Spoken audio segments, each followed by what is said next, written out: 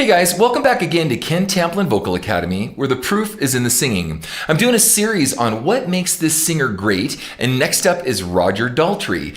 If you guys wouldn't mind, please like and subscribe to my channel. That'd be awesome. Don't forget to ring that bell so I can keep new cool videos coming your way. And also guys, I have a singing course. It's called How to Sing Better Than Anyone Else. You can find it right here at KenTamplinVocalAcademy.com, where we discuss what made these singers great in hopes to help make you great. With that said, what do I think of when I think of Roger Daltrey? Kind of a faceless guy, right?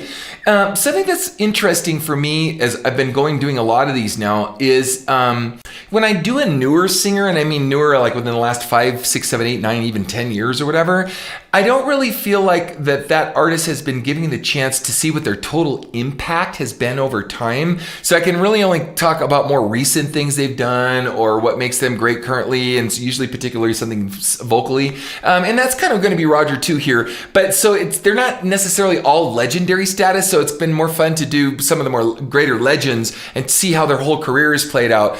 So I think of The Who, I think of inextricably linked, I think of Roger Daltrey linked to Pete Townsend. I think they're just such a duo and a team, kind of like Jimmy Page, Robert Plant. They're just so connected, it's hard to separate them out. I think of the epic scream and Won't Get Fooled Again. I think that Roger set the precedent and the bar for that scream to where it was, you know, anyone that wanted to do a scream, hey, can you do the scream like Won't Get Fooled Again? And of course, other people later did more gnarly screams, and we have Scream and Growl and some other stuff, but that's all they do in songs. But so I think of that. I think of him being a brawler. I know that he beat up, and again, let's talk about the good sides of him. I'm supposed to say what makes him great, but it's also his fieriness that made him great, just a tough Brit, right? But you know, he beat up some band members who were giving drugs to other band members, and you know, so he was actually kicked out of the band for that. I guess brought back in later, but you know, tough guy and straight. You know, all those years of doing this and being straight through a time that was a very drug era, right? So Keith Moon, who was the one that sold drugs to Pete Townsend, who he beat up, also was just an amazing drummer, kind of an overplaying kind of a drummer.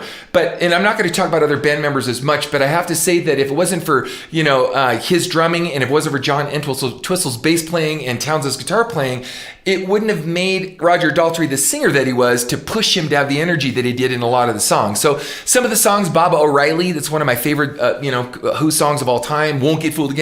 We just talked about Pinball Wizard. So I think of, you know, rock operas, right? Back then, Tommy, the movie and all that stuff. And there were, you know, some other rock operas, but they were one of the few guys doing it to be successful at it. That was interesting. Behind Blue Eyes, My Generation, I Can See for Miles. Love that song. I Can't Explain. I love the Scorpions cover of that song. It's awesome. Magic Bus, Kids Are All Right. So these are the kind of songs that I think of when I think of The Who. I think of also, you know, again, trend setting in the sense that back then everyone was sort of vying for their own unique sound, and The Who certainly had that. So they had violin in one song, and they did other things. You know, they had all kinds of really cool things that they'd bring in into their music to make them unique, and that was super awesome. So I have here a couple pieces I want to play for you, and we're just going to take a quick peek at this and check it out. Here we go.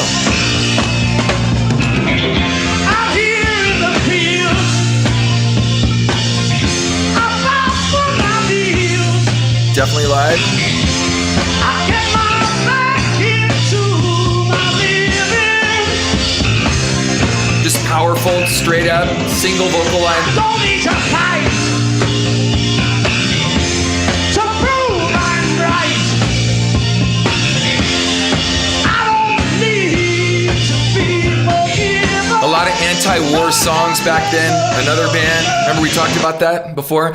And then there's another piece here. I mean, kind of more later stuff here, but down, back to the rolling pin. I felt a little like a dang clown with a stick of tin.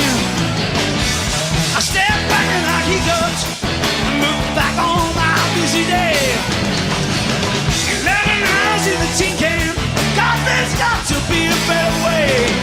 But who are you? Oh, you. Right. So where this is interesting for me too is Pete Townsend was the guy that was doing this way back in the day, right? Big moves, big theatrical moves with his arms and guitar, wearing it really low like Jimmy Page. That kind of set the stage too for a lot of other instrumentalists to go, especially guitar players, setting the bar high too for a lot of energy. He ran around on stage a lot, jumped up and down a lot. I mean, he was a mover, and that made a lot of other guys go, wow, if they're doing it, we should probably be doing this too, right? So tell me what you think of when you think of Roger Daltrey, what songs I may have missed that you may love, something about the band that I may have missed. Now, I did a vocal coach reaction to The Who also. I will put that in the comments section, in the description, so you can check out my take on them as a vocal coach reaction to Roger Daltrey and The Who. But with that said too, I'm doing this by request. So give me a request of someone that you want me to do a reaction to, and check out my next video.